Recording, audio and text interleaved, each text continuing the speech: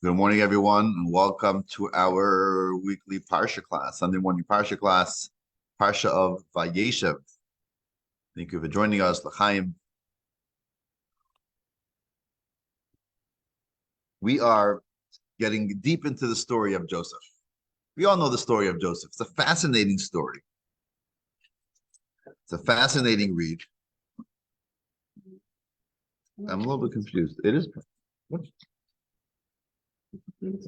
We're on page 242. Yeah, I got me confused over there. Page 242 in the Gutni Chumash. The story of Joseph. I mean, I think it's a story that we're kind of familiar with. Going into the details of the story, there's a lot to uncover. There's a lot of commentaries, a lot of important life lessons in every stage of the story, from the beginning, his younger years when he was with his father, and then when his father sends him out to his brothers, what's the significance of that? And then the way that his brothers treated him, put him into this pit, the way Reuven, the oldest one, took responsibility, and his response to that. Eventually, we know that they sold him to the Ishmaelites, who brought him down to Egypt. And this is obviously the beginning of the Jewish people going down to Egypt, because Joseph was in Egypt. We'll study a little bit about the story of Joseph in Egypt. Today is also a very special day on the Chabad calendar. It's the 20th of Kislev, and we know that the 19th and 20th of Kislev is a very important day. We refer to it as the Rosh Hashanah for Chassidus. It's the New Year. It's like the most important day where we celebrate the idea of the study of Chassidus and living a life of following the ways of Chassidus. It's also the week of Hanukkah. Thursday night, this week, just another few days, we will kindle the first light of Hanukkah, of the menorah. If you haven't taken it out yet, you can take it out. It's a good time to polish it, to dust it off, make sure you have candles, oil, however you're doing it. Make sure you have your Hanukkah gear, and it's just a few days before Hanukkah.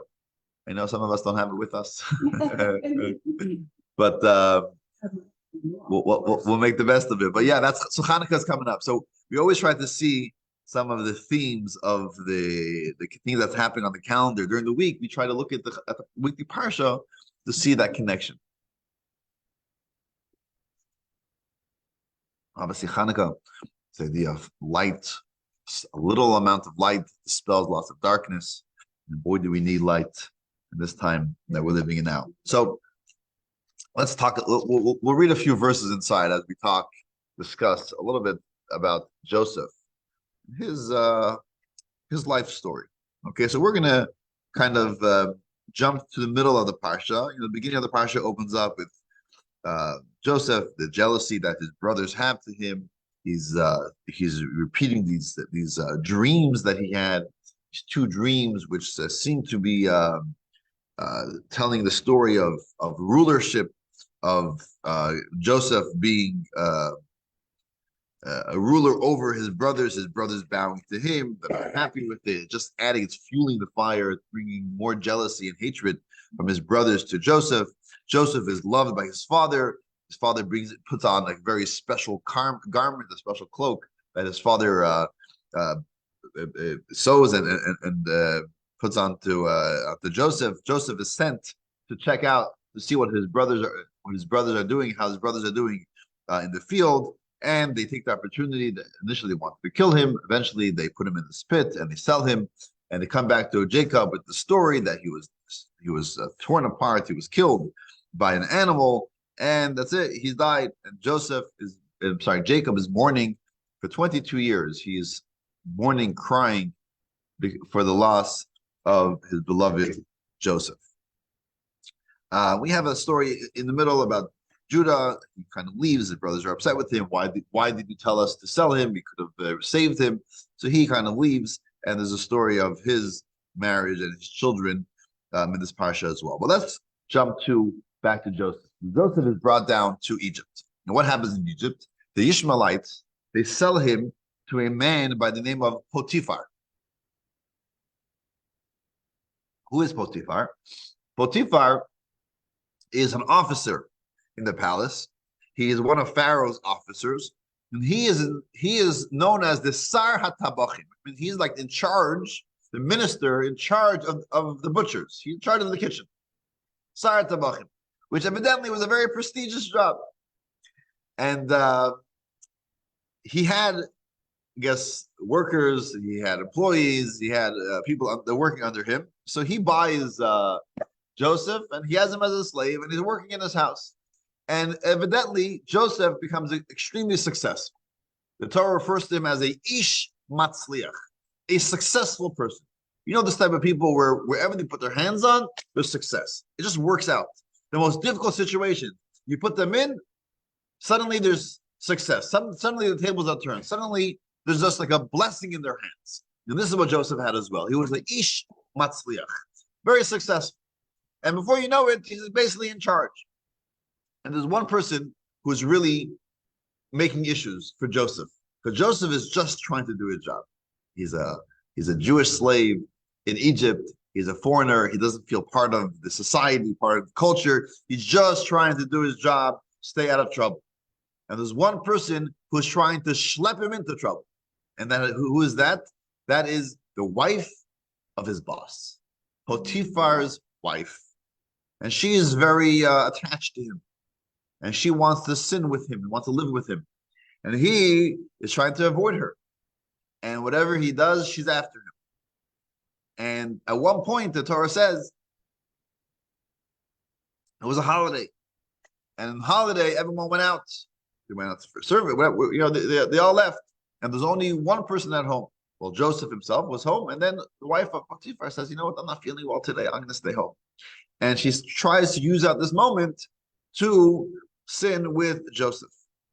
And the Torah says that at one point Joseph had a weakness, and Joseph was about to give in. And then suddenly Joseph sees the image of his father Jacob, and that gives him the strength to say no,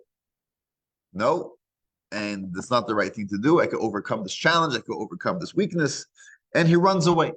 When he runs away, the wife of Potiphar is holding his garments, so it kind of tears, and it's kind of in her hands.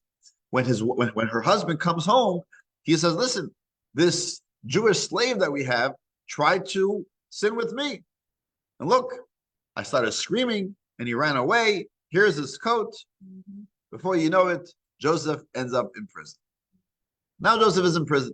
Now we said Joseph is a ish matzliach, a successful person. Being in prison, he has that charm, he has that success, and before you know it, he's basically in charge. He's a prisoner, but he's basically running the place. And then one day, we got two new prisoners who come into prison. Who are these prisoners? These are the Sar HaMashkim and the Sar HaOifim, these two ministers of the king. One of them, the minister who was in charge of the wine. He was the butler, I guess you should call it, right? And the other one was the baker, the chief butler and the chief baker.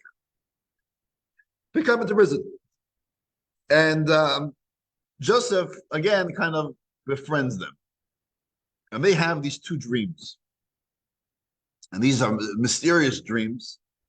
This is after being there for 12 months. They have these dreams, and Joseph interprets their dreams. The interpretation is that for the butler, that eventually in 3 days, Pharaoh is going to have his birthday party, and at the birthday party, he's going to reappoint you at your job, and you'll once again be pouring wine into Pharaoh's cup. And the baker, he says, your dream is telling me that in 3 days, Pharaoh is actually going to be upset with you, and he's going to kill you, he's going to hang you. And that is his interpretation, which comes to fruition, which later, because of his interpretation, next week's Parsha, when Pharaoh has his dreams, and he is having difficulty with the interpretation of the dream. So the butler says, hey, I remember that there was this Jewish slave in the prison who interpreted my dreams correctly. Maybe we should ask him what he thinks about your dreams. And that's how Joseph eventually is taken out of prison. He correctly interprets Pharaoh's dreams, and that's how he eventually becomes the viceroy of Egypt and obviously saves the country of Egypt. And that's how Jacob ends up in Egypt, right? As the story continues, all because of Joseph's interpretation of dreams. So I want to read inside, beginning of chapter 40, page 263, and also understand where Joseph is coming from. I think there's a powerful message in this story. Powerful message in the story of Joseph, the interpretation of the butler and the baker's dreams. We know that everything in the Torah is exact. The Torah doesn't give us every detail of everyone's life, right? I mean, imagine the Torah told us what happened to Joseph every day. I'm sure there's some fascinating stories. I'd love to know more about Joseph, right? I'm sure there are many interactions that he had, but the Torah obviously doesn't find it important to tell us everything about everyone's life. We only zero in, we only kind of speak about the most important stories, first, I guess, for the timeline, to know the story of our history, and also the life lessons, of course, that we have from these details, these incidents, these anecdotes of our forefathers.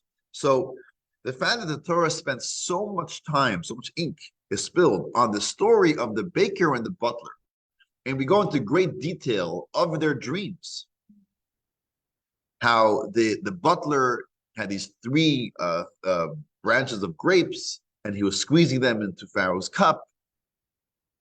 And the baker had these three baskets of bread on his head, and the birds were taking from the bread, and each detail of the dream, how it's interpreted, to the 3 days.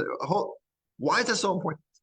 Why is it important to know the details and to spend so much time? We know that the Torah sometimes hints to us a certain mitzvah with an extra word, an extra letter, right? And there's so much in every word of the Torah. We don't just have extra words. But here we have, like 23 verses telling us the story of the butler and the baker. There must be some heavy significance, heavy weight in this story. So let's read it inside, beginning of chapter 40. Vayehi achar hadvarim ha'ela. And it was after these words. What words? Exactly after the words where the Potiphar family were bad-mouthing Joseph. They said, oh, you heard after Joseph, he tried to sin with us. He is a terrible person. And everyone knew about it. It was a talk of town. You know this guy Joseph, this Jewish slave who was so successful. Oh, let me tell you what happened with him. It was like the gossip. Everyone was talking about it. So the Torah says, right after that, God wanted to make sure that everyone should realize, don't start up as Joseph. You're going to need him. He's going to be the savior. He's going to be the one who the officers of the king are going to need Joseph for the interpretation. So after these words of putting down Joseph, this is what happened to lift him up. So the king's butler, chief butler, and the chief baker committed an offense against their master, the king of Egypt. What was the offense? So I think it's from the Talmud, Rashi brings it down, that there was a fly in the cup of wine that was given to Pharaoh. You can imagine that. A fly in the cup of wine? Oh, you deserve to go to prison. And there was a little stone that was found in one of the loaves of bread that was given to Pharaoh. Because of this offense, they deserved prison time. Pharaoh became furious at his two officers, chief butler and baker.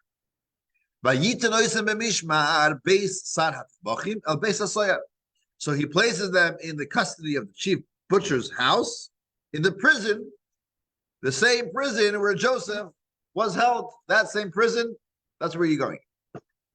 I guess the prison will seem to be in the home of Potiphar, maybe in his basement. He had a prison.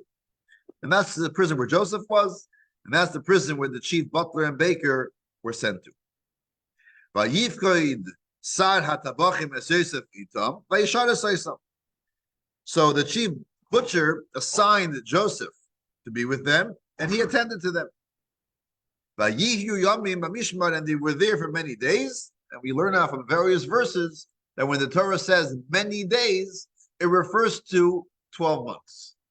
We find this with other areas where the Torah says for legal areas of owning something for many days. When the Torah uses the language many days, yamim rabim, it refers to 12 months. So they were in prison for a year, 12 months.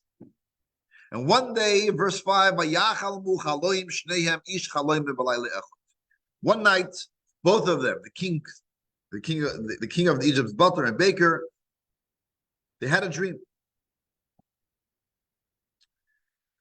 Each person had his dream on the same night, and each person dreamed his own destiny. In other words, they had this dream, and the dream was an interesting dream. It was almost like a triple dream. They had their dream. They have this, whatever the dream was. Then they also had the interpretation of their friend's dream. So the butler had a dream of the interpretation of the baker's dream, and vice versa. They also had a dream that kind of gave them like a vague understanding of their own destiny. But they woke up very confused. They didn't know what's going on. When they go to Joseph, and Joseph interprets their dreams, when one of them hears the interpretation of the other dream, they say, you know what? This makes sense. It makes sense because I had a dream that basically had that interpretation from my friend. So they realized that it was an accurate interpretation. So therefore they wanted to hear the interpretation for their own dream. So they had this really interesting dream and they're confused. They wake up very confused. And verse 6 reads, Joseph comes to them in the morning, but he sees them, and look, they are depressed.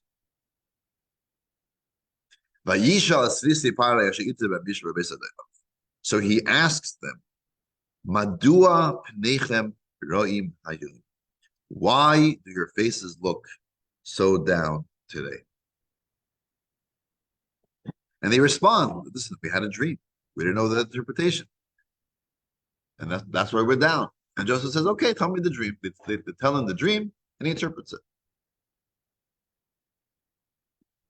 At the end of the interpretation of both of the dreams,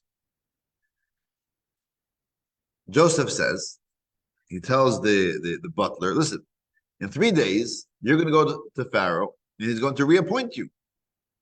Please do me a favor. Do me a favor. Remind him about me. Tell him you have this friend, Joseph, who is sitting in the prison for no good reason. I'm an innocent human being. Please, maybe he could do me a favor. Maybe he could release me. What happens? The last verse of the Parsha. The butler did not remember Joseph. He forgot about him. He only remembered him later. He needed him when Pharaoh had his dream. So it was an additional year until he remembers about Joseph. Okay. I want to go back to this one verse where Joseph sees these two people in prison. And he says, you're depressed. You're sad. You're feeling down. Why are you feeling bad today? What's going on? Now, let's take a step back. What is Joseph going through? And what are these officers going through? All three of them are in prison. And I can only imagine how people feel when they're in prison. Doesn't feel good. Doesn't feel good. I'm trying to remember, just recently someone told me that they ended up in prison for something that was also like he was in a different country, like he didn't have like his license or whatever. So something small, something minor. He ended up in prison for like a day. I'm trying to remember who it was. Someone just recently, a few days ago, told me, he said, the feeling of being in prison, where you lose your freedom. You don't have control. You can't make your own decision. You can't do whatever you want, even if it's just for a few hours. It's terrible. As a human being, you feel like you're being deprived of your most basic needs and your dignity. It's very difficult to be in prison. And imagine someone who's in prison and is innocent, right? Joseph, he didn't belong there. He's being accused of something he never did, and now he's in prison. He's in prison where he's not getting care packages. He's not getting letters from his family. He has no visitations. He can't make any phone calls. He's in a foreign land. His brothers sold him because they felt bad for killing him. So they sold him. Before that, there was this sibling rivalry. There was jealousy. There was fighting, and he didn't get along with his family. He's an orphan. His mother died when he was a young child, when his younger brother was born. I mean, you can only imagine what his life was like. Put that all together.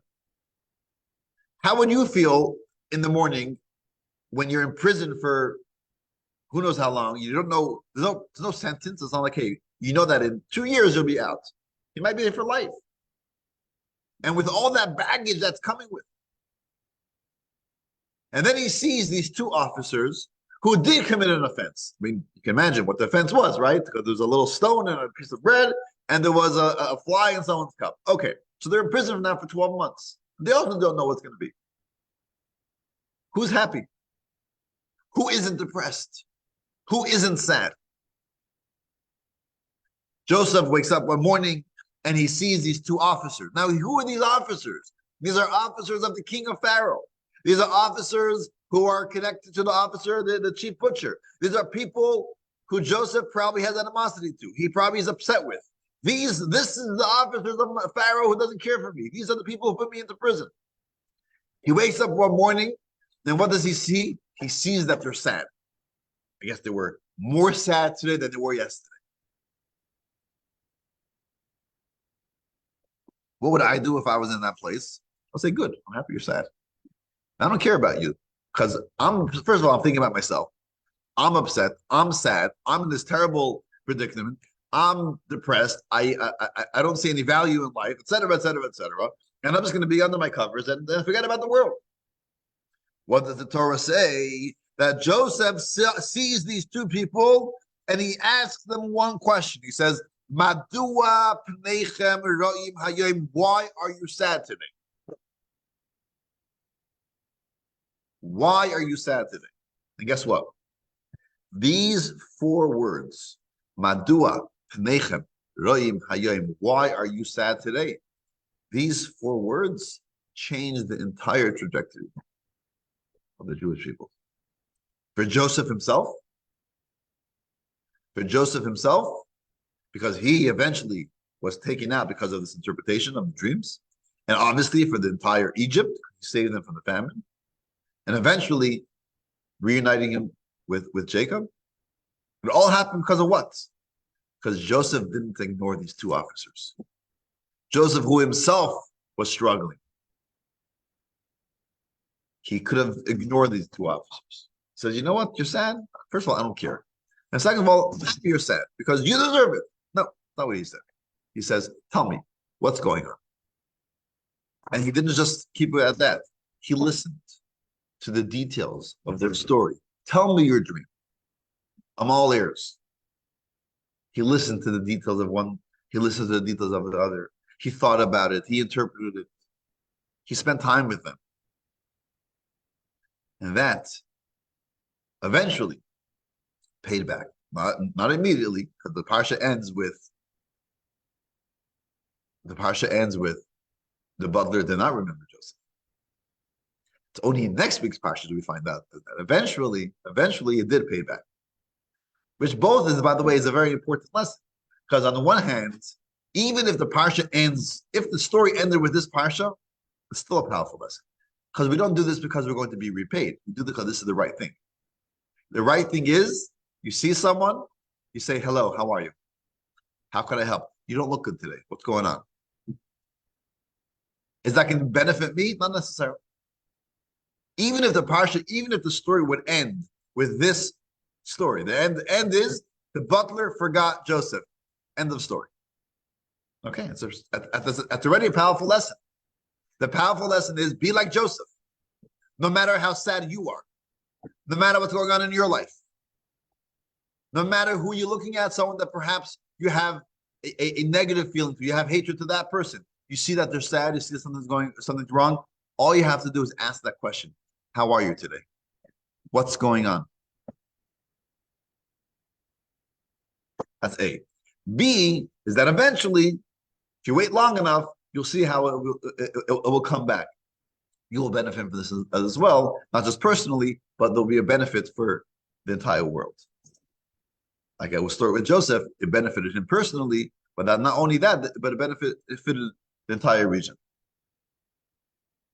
And that's why the Torah tells us this whole story with great detail of this dialogue, this conversation between Joseph and these two people, the butler and the baker, because it's telling us a lesson. You see something, say something. Joseph sees these people that they were sad, they were depressed. What's going on? What's happened?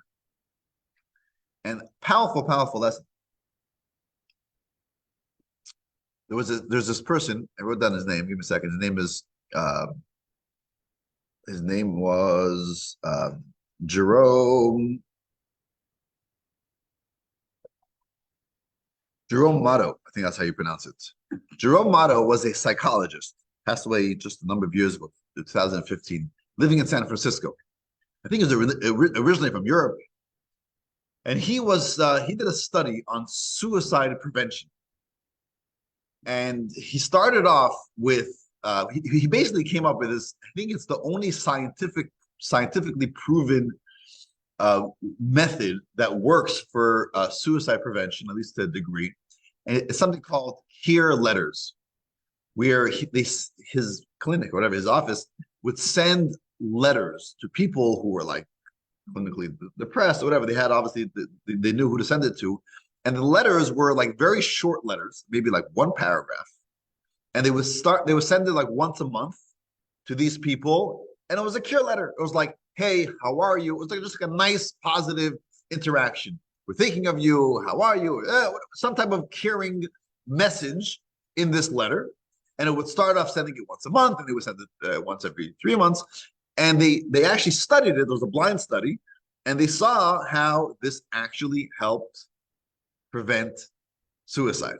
I'm not sure exactly the degree of it, but this was till today considered a scientific study of prevention of suicide.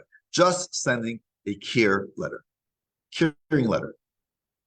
And the story goes that what got him to like really start this idea. He said he was when he started his study, he used to go to families of people who someone committed suicide, and he would interview them. He would talk to them. He would try to gain some information and study about these people, their lives, what they were going through. So there was someone who took their life on the Golden Gate Bridge in San Francisco, and he was doing some research on this person, on this family, and they found a letter in his pocket. And the letter read as follows, paraphrasing. I'm on the way to the Golden Gate Bridge to take my life. If someone stops me on the way and tells me or asks me, how are you? I'm not going to take my life. That's the letter that they found in this person who took his life. And he realized just stopping someone and saying, hey, how are you, could save someone's life. Now, that's obviously an extreme case, but we're not talking about necessarily suicide prevention, but it doesn't hurt, and it adds so much when you stop someone, you say, hey, good morning, with a smile. How are you?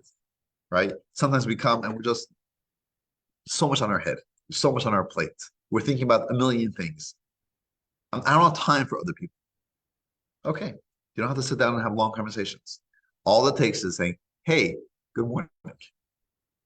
When I spent a year in Israel in a yeshiva as a probably as a shliach, as a elderly student that was kind of there to guide and to study with the younger students.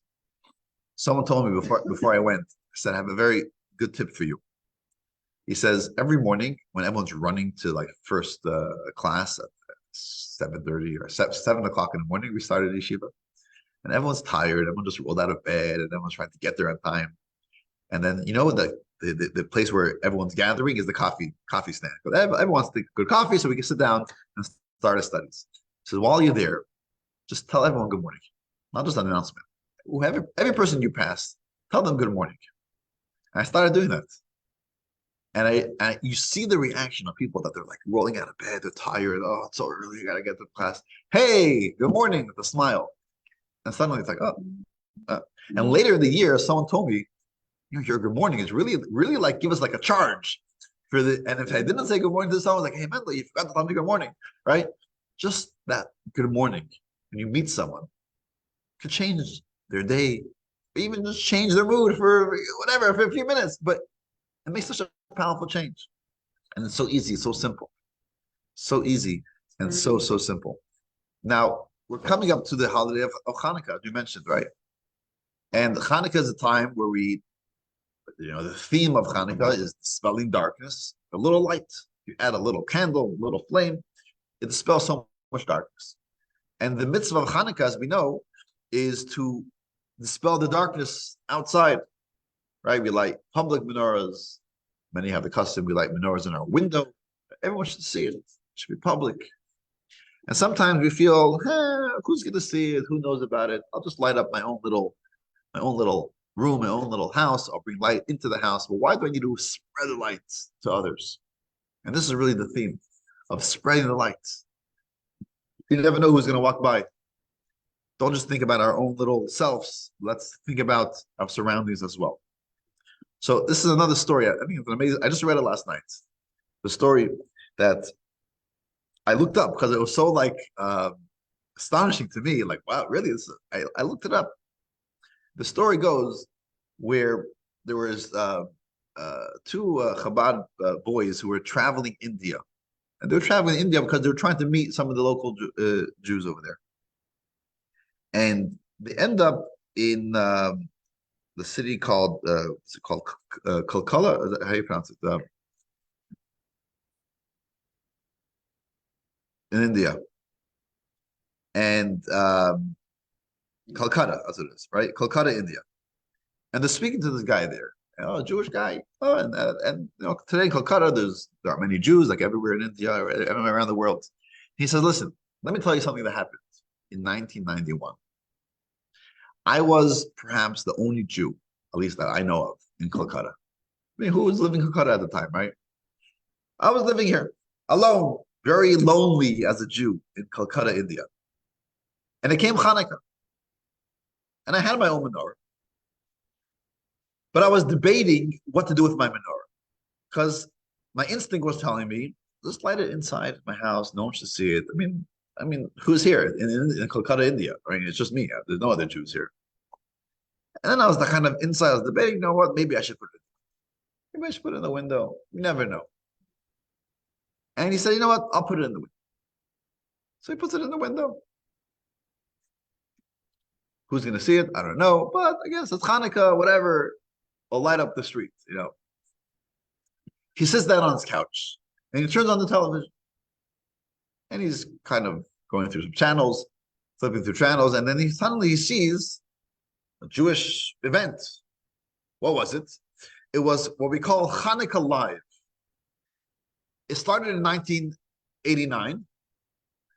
It was fascinating. Today it's like so simple, but at the time it was called Hanukkah Live, where Chabad arranged through the satellite that there should be a simultaneous menorah lighting and Hanukkah celebration in numerous places around the globe. All at the same time, everyone tuned into each other, which was, now it's like simple. At the time was like revolutionary. I think even like the media came to look at it to find out how it's done. I think CNN or I think actually called Chabad and says, "How did you do it? Because we also want to do something similar." I mean, it was amazing. So they had New York, where the Rebbe was in Crown Heights. Then they had Moscow. Well, in '89, I think in '89 they didn't have Moscow, but in '91 they had Moscow join. They had Australia, Northern Australia. They had Paris, France. They had Israel, Jerusalem at the Kotel, and they had Hong Kong, Japan.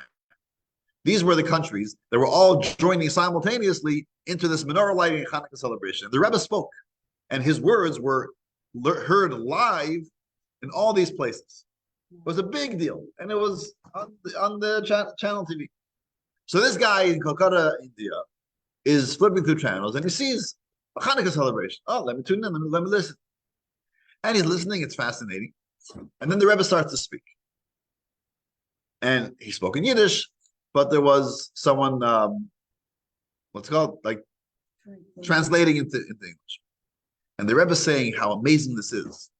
Where it used to be that if you lit your Hanukkah menorah in your little town, all that you were able to influence was just your little surroundings. But today, with the satellites, you're able to light a menorah in one place, and it's global. And the light is seen around the world, around the globe. And the Rebbe starts to mention all the places. People in New York, and people in Australia, and people in Moscow, and people in Japan, and people in France. And then the Rebbe mentions, and people in Calcutta, India. And he's listening, Calcutta, India. Who's in Calcutta, India? And he says, I'm the only guy here. I'm the only Jew in Calcutta, India. The Rebbe is talking to me. The Rebbe knows that there's a Jew in Calcutta, India, who is alone. He's not part of this big satellite celebration, but he was debating, do I leave my menorah indoors or do I spread the light in Calcutta, India? Mm-hmm. And he got that message. I read this story last night, and I'm thinking, this is so weird. Let me check this up. I look up the Rebbe's talk, because everything is transcribed today. I look it up, and yeah, it says from all the places that were actually tuned in to this satellite, and then the Rebbe mentioned Kolkata, India. I looked at the video.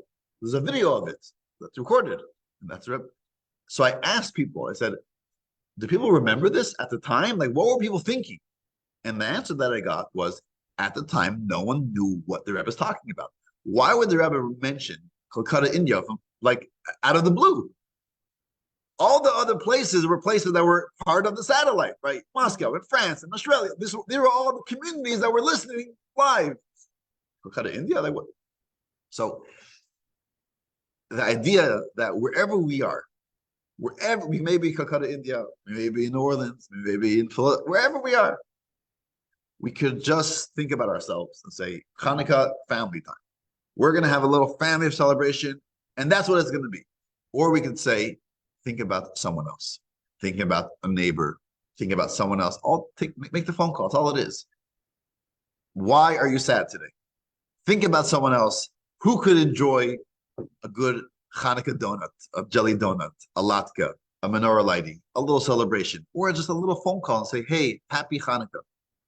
I'm just calling you to wish you a happy. I was thinking of you, want to wish you a happy Hanukkah. That's all it is. But the person on the other end will say, wow, someone remembered me.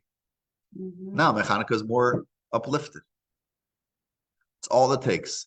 You learn from Joseph, who he himself, we can only imagine what he was going through, his own difficulty, his own peckle, as we say.